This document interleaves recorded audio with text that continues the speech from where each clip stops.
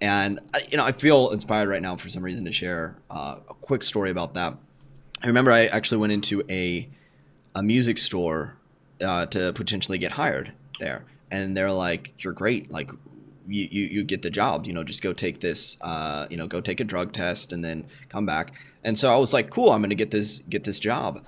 But then as I was walking out to my car, this feeling hit me.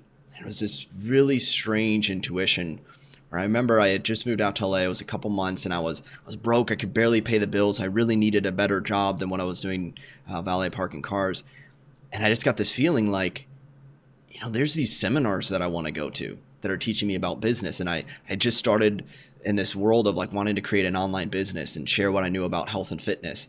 And I thought, if I take this job, it's going to be good money. I'm going to be working it so much that I don't think I'm going to be able to go to these seminars and do these things for my education, my business education. And I just remember being like, this is a moment. This is a moment where I have to decide, do I take the thing that makes sense, that's logical, this great job, working at a music store, doing what I love, but feeling like I might be compromising on my dream of what I really wanted to do of creating this business. And I made the decision. I go, no, I'm not going to take the job.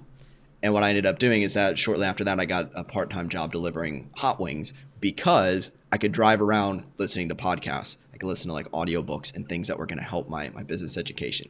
I paid the price for the next year or two of sleeping on an air mattress every night for a couple of years, of looking around my apartment. What can I sell to pay the rent this month? I remember my prize music keyboard from college. I look at it and I go, I got almost nothing else. I got to keep my guitars because I'm playing in a band, so I got to sell my keyboard. And I watched the guy from Craigslist walk out the door with my keyboard under his arm, now his keyboard, with just a couple $100 that I could pay the rent that month. And I'm like, man, this is what I get for going after my dreams, right? And at the same time, I was still optimistic because I go, this is my before and after story. This is just the before, my before and after story, which literally right now is the before part as I'm sharing this, and my before and after story. So moving towards the discovery and the after, what ended up happening was I discovered self-publishing, and to make a long story short, my first book probably sold about 3 copies. One of them was probably to my mom. So didn't do too well in that first month or so. And then I continued to invest in my education. I remember paying monthly payments for almost 2 years to be able to attend a seminar. And after that seminar, within a matter of a few weeks, I had barely made any money online, probably was in the negative overall, definitely was in the negative overall in terms of what I invested compared to what I made. Then a few weeks after that seminar, that training that taught me about influence and communication and relationships, I wrote, published, and launched my third book, which went on to become a #1 bestseller in weight loss. And it generated almost $6,000 in royalties in 11 days.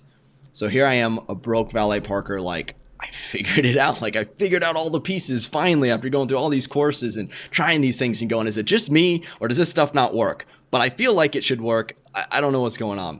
And when I finally got the pieces put together and launched that book, I go, okay, now I'm going to share with other authors the things that I wish I knew.